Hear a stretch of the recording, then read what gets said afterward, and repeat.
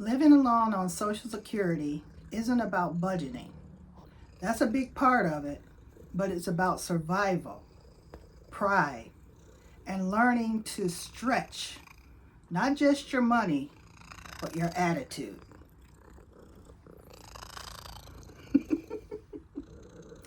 Hello, welcome to the channel. Today I want to share with you guys what it's like being alone and living on Social Security. I'm going to share my thoughts, and sometimes people just really don't want to talk about the struggle, but I'm going to talk about it. This isn't just about numbers and budgeting. It's about keeping a positive attitude along the way. That gets you very far when you have the right attitude about what's going on in your life. This is the reality about Social Security that a lot of people don't even know. Social Security is a supplement. It's something that helps you each month to get through. Social Security was not built to be your main income. I know, it shocked the heck out of me when I found that out too. Social Security is a supplement. Can you believe that? It's a supplement. So if it's a supplement, where's the other money coming from?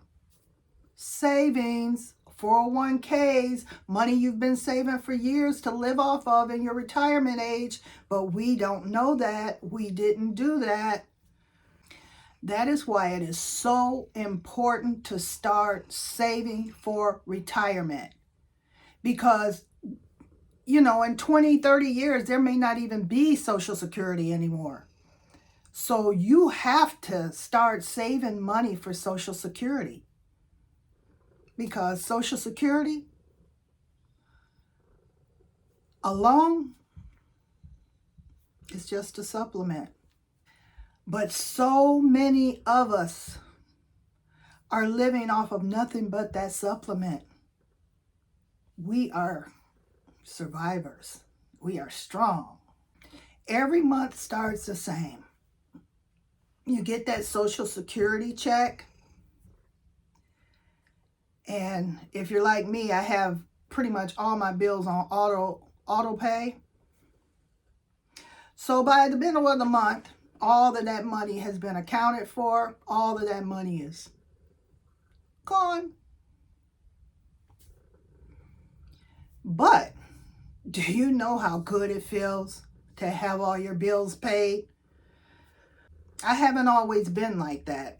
I've been behind on bills, doubling up on bills, but I finally got my budget where I know where everything is going. I've cut out all those subscriptions to things that I don't use anymore, and it's just allowed me to be able to budget everything else.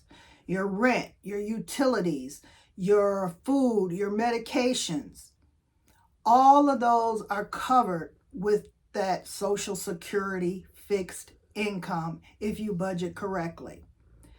Now, if you're living in a big home that you may need to downsize, you may have to do it. That's just part of maintaining what you have.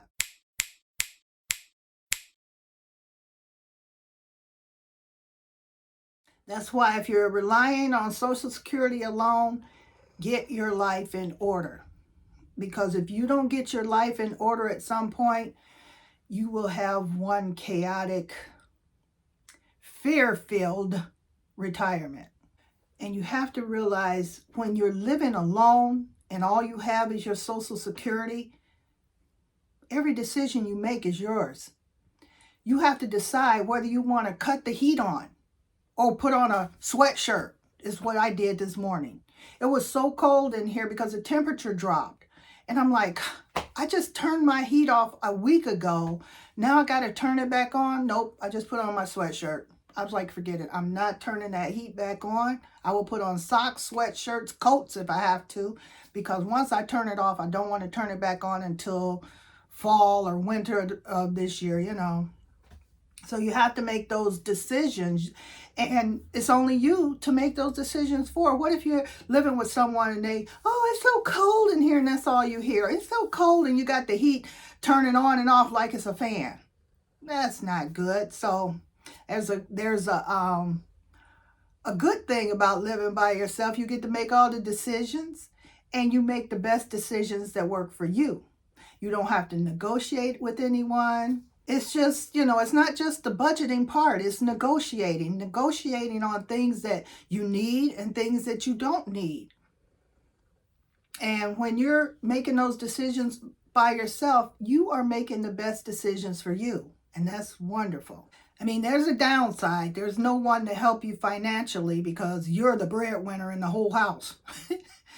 What you're doing is all you can do. I mean, you may have to take a part-time job, but you do that in the early stages when you retire while you still have the mobility and the mindset to even go to work.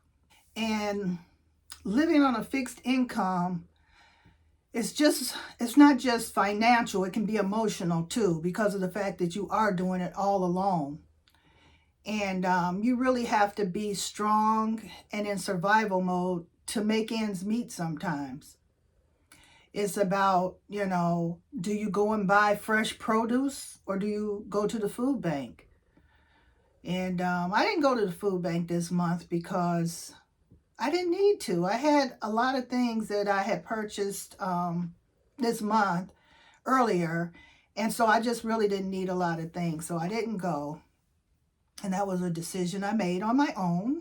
And the best part is, a lot of times when you're in a situation with other people, finances becomes the dominant thing in that type of relationship or situationship or living relationship, where you're fighting over finances. You take a shower too long, or you're always cutting the oven on even when we don't need to cut the oven on. You don't have to bake every day. You start getting into what someone else is doing, and while you're trying to save money, they're just doing things as if there's no limit.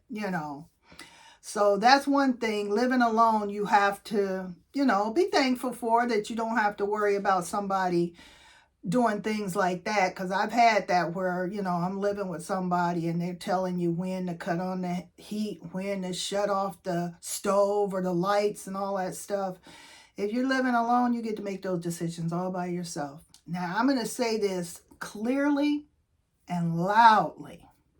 If you are living on Social Security alone, you are a strong person. Mentally, maybe not physically, but mentally you're a strong person. Because it takes a lot to change your mindset, change your attitude when you're so used to living a certain type of way off of a check that you get every other week or whatever. But now you're on a fixed income and you got to change that whole thought. Your whole mindset changes. You stop chasing what you don't have, and you start to appreciate the things that you do have. And that's peace.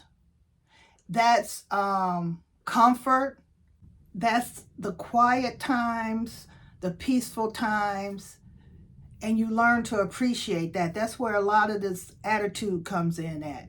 If you change your attitude, it shifts your mind in a different direction where you can appreciate the small things in life. Everything doesn't have to be some big, grand event. So that's one of the great things about having a good attitude. Just remember this: if you are living alone on Social Security, you are powerful, you are strong, and you are adaptable. Those are some great features to have when you have to change up your life from something you've been so used to living. And if no one told you today, let me tell you, you are doing better than you thought. You are doing better than you thought you would be doing. You are doing great. You're here, you're happy, and you're awesome. All right? So you guys take care, and I'll see you in the next video. If this message is giving you something to think about, make sure you like, comment, share, hype the video. And if you haven't subscribed, come on and subscribe to the channel for more videos. You guys take care. Bye.